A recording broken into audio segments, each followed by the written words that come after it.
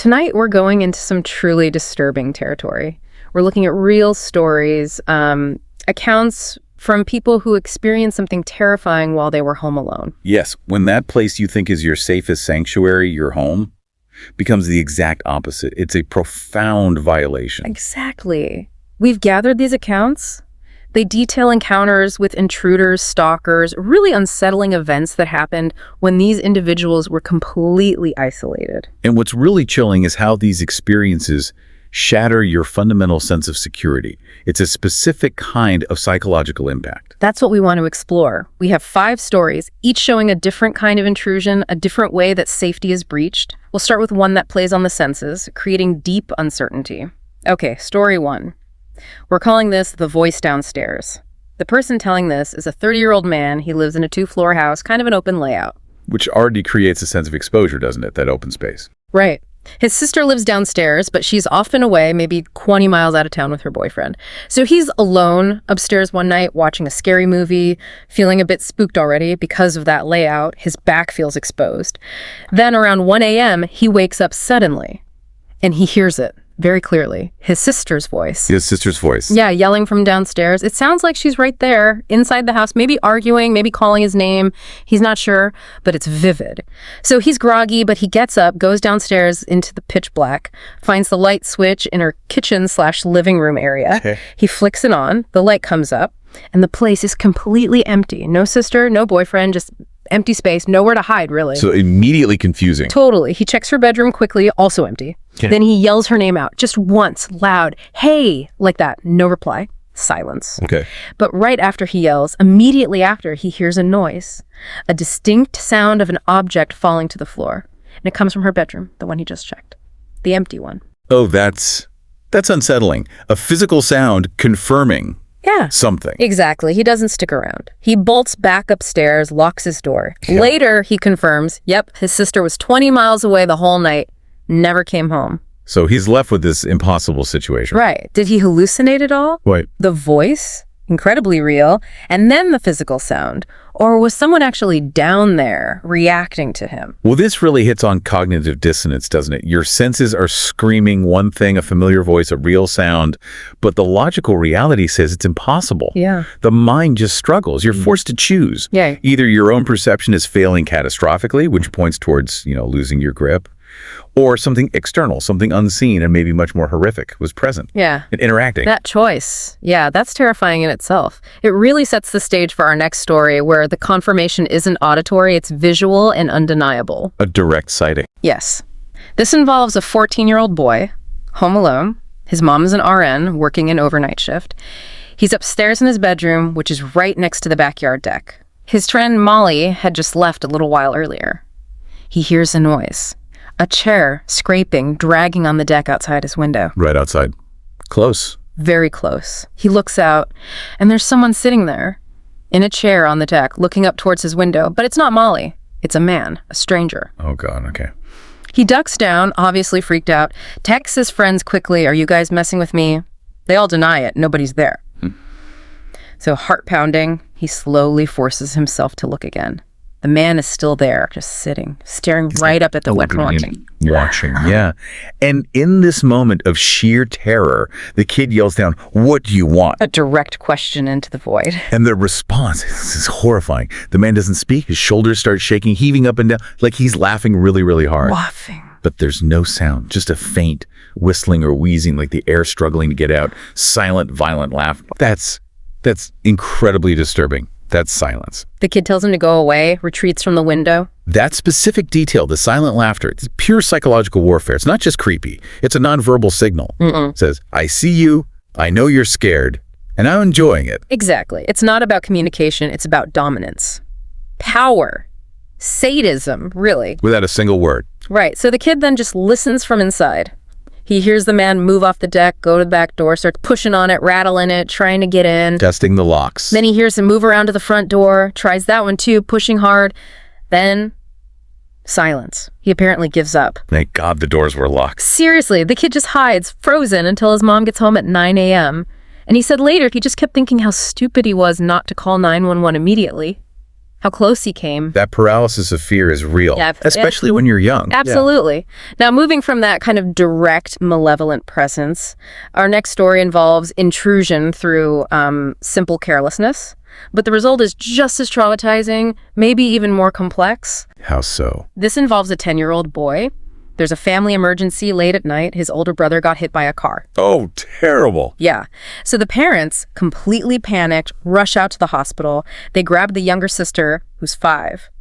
But in their haste, they forget to lock the front door. Oh, no.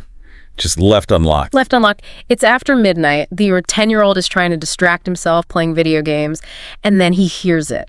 The distinct sound of the front door opening. His heart must have stopped. Absolutely. He creeps out of his room just to the top of the stairs, the banister, peeks down, and sees 3 people.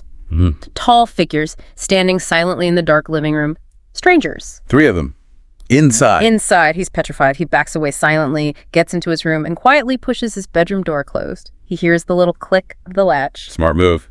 Quiet. Then he scrambles into his closet, buries himself behind boxes, bags of clothes, makes himself as small and hidden as possible. Waiting. Yeah. Listening. And then he hears his bedroom door open. Footsteps enter the room. He hears them move towards his bed. The covers rustle like someone's checking under them or moving them. Oh, my God. The footsteps move towards the closet. Silence for a beat. And the closet door opens. No. He's in there, under the clothes, holding his breath, absolutely still. The closet door just stays open for maybe 20 seconds. 20 incredibly long, terrifying seconds. Just open. Staring into the darkness of the closet. Then finally, the closet door closes. He hears the footsteps leave his room, and a little while later, he hears them leave the house. The front door closes again. He just stays there. He stays hidden until his parents get back maybe an hour later. They find the front door slightly ajar, realize they'd left it unlocked, and discover valuables are gone. They'd been robbed. But the robbery almost seems secondary to what that boy went through. Totally. He survived. Okay. But that question lingers. That 20 seconds. Yeah. Yeah. The core trauma here isn't just the unlocked door, the failure of that basic security. It's the ambiguity of that moment in the closet. Did they see him? Exactly. Did the intruder look into that dark closet, see this small child hiding, and just decide to leave him for whatever reason? Yeah. Or was he truly unseen? And never knowing the answer. That uncertainty can be profoundly damaging. Was he spared intentionally, or was it just luck? That question can haunt you. It adds another layer to the violation. It's a horrifying thought. Okay, let's shift tactics again. From intrusion by opportunity or carelessness to active deception, using trust as a weapon. The lure. Precisely. This next account comes from a teenager home alone for a whole week in Newark, Ohio, Licking County. His house backs right up onto woods. Isolated setting. Yeah. He's out on the deck one evening, relaxing, maybe a bit high, feeling pretty chill. Then he hears a voice, a man's voice, calling from the woods, maybe 30 yards away. Calling what? Says, "Hey, over here." So the kid turns off his music, listens, the voice calls again, "We need help."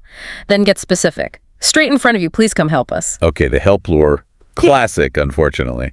And because he's relaxed, maybe a bit off guard, his first instinct is, okay, someone needs help. He actually starts walking off the deck towards the edge of the woods. Oh, no. But the second he takes a step, the voice instantly replies, "Right in front of you, I see you." Ah, the switch. Immediate feedback. And that immediacy, that "I see you," the moment he moved, it just snaps him out of it. He gets this deep gut feeling.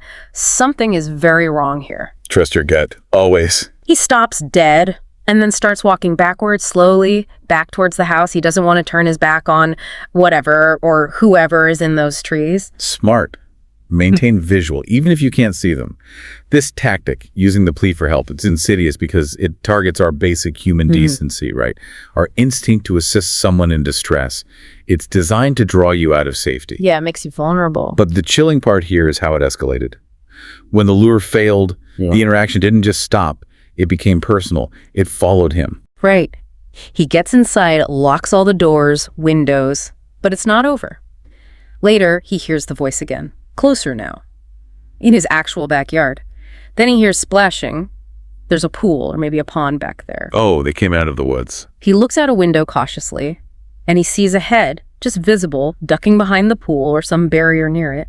And the voice calls out again, "I see you!" followed by laughter. Taunting him now. They know he's inside, watching. Then it escalates one more time. The figure moves right up to a window and starts banging on it, hard, aggressively, and screaming, HLLP, HLLP, mocking the initial lure. That's pure terror tactic. Aggressive mimicry. The kid inside just snaps, starts screaming back over and over, fuck off, you freak, the police are coming, get out of here. Good for him, fighting back verbally. Yeah, and eventually the banging stops, the laughter fades, the person leaves. The tactic failed ultimately, but not before completely violating his sense of safety right there in his own yard. Moved the threat right up to the glass. Huh? Horrifying. Okay, our final story. This one. This reaches a level of audacity, of premeditation that is honestly hard to wrap your head around. Worse than the others. In terms of the sheer nerve, I think so. The narrator is 23, home alone. He's outside, just shooting hoops in the driveway. He glances up at an upstairs window of his own house and sees a woman, a stranger, standing inside the window looking out at him. She sees him look up, realizes she's been spotted, and quickly ducks out of sight. Whoa. Okay, someone's in the house while he's outside. Right. So he immediately runs inside, does a full top-to-bottom search, every room, every closet, upstairs, main floor, even the small basement area. He's yelling, whoever's in here, get the F out. Making noise, trying to scare them out. He even gets a neighbor to come over and help him search again. They go through everything, find nothing. They figure she must have slipped out the back door while he was coming in the front. Maybe it was unlocked for a second. They assume she's gone. A logical assumption after 2 searches. So eventually, things calm down. Night comes. He goes to bed, probably still feeling uneasy, restless. He finally drifts off. Sometime later, he wakes up slightly. Hears these weird, quiet, human-like sounds. Very close. Close like in the room. Right beside him. He turns over in bed, and standing there, right next to his bed, getting up from the floor, is the woman. Tall, dirty-looking, the one he saw in the window. She'd been hiding under his bed the entire time. Under the bed, after the searches, for hours. For hours, waiting for him to fall asleep. That is unbelievable. The level of commitment that takes to hide in such a confined personal space, knowing someone searched the house and just wait. It's terrifying. It's beyond a simple break-in. That's targeted. It's about catching the victim at their absolute most vulnerable asleep in their own bed. The audacity is just staggering. He screams, reacts instantly, tackles her, grabs her by the throat, yelling, "Who are you? What are you doing here?" Adrenaline dump. Fight or flight kicks in. His neighbor hears the screaming, knows something is wrong, comes running back over, rings the bell frantically. The neighbor helps him subdue her. She's fighting, screaming, cursing, scratching him up pretty bad, left scars on his arm. Wow. Intense struggle. They hold her until the police arrive, and one of the officers takes one look at her and says, "Oh yeah, that's Karen." Apparently she was known to them. A local offender, maybe drugs involved, described as acting like a meth addict. So a known quantity, but still capable of that level of intrusion. Exactly. He said despite the absolute terror and the physical fight, there was this weird sense of satisfaction in actually catching her, stopping the threat that had been literally inches away from him while he slept. I can understand that. A resolution, even if terrifying. So, looking back at these 5 accounts, the common thread is stark, isn't it? This isn't about ghosts or the supernatural. This is about the dark potential of other people, invading the one place you should feel safe. Absolutely. We've seen sensory deception, silent psychological dominance, exploitation of trust, intrusion through negligence, and finally this extreme patient predatory hiding. Yeah. Different methods, Yeah. same fundamental violation. Yeah, different tactics, all aimed at breaching that sanctuary. And what really stands out, I think, is the fragility of that security we build around ourselves. That feeling of being safe at home. It can be an illusion. Often, yeah. When we feel the most secure, maybe late at night, door locked, that's precisely when vulnerability can be highest if something goes wrong. And in nearly all these stories, it really came down to luck, didn't it? A locked door held. A neighbor heard a scream. The intruder chose not to open the closet further. Exactly. Luck, or maybe just the smallest detail, was the difference between a horrifying memory and something far, far worse. It really underscores that the best defense isn't complacency or comfort. It's vigilance, constant awareness. A chilling but necessary reminder. We really want to thank you for joining us on this pretty intense deep dive into true vulnerability tonight. Stay safe out there. Yeah. If these stories resonated with you, if you want to hear more true accounts that explore the darker side of human experience, please support the channel. Go ahead and hit like. Share this with someone who understands this kind of fear, and definitely subscribe to Horror Docs. Your support helps us keep bringing these stories to light. It really does. Thanks again for listening. Goodbye. and check your locks. We hope the night stays quiet for you.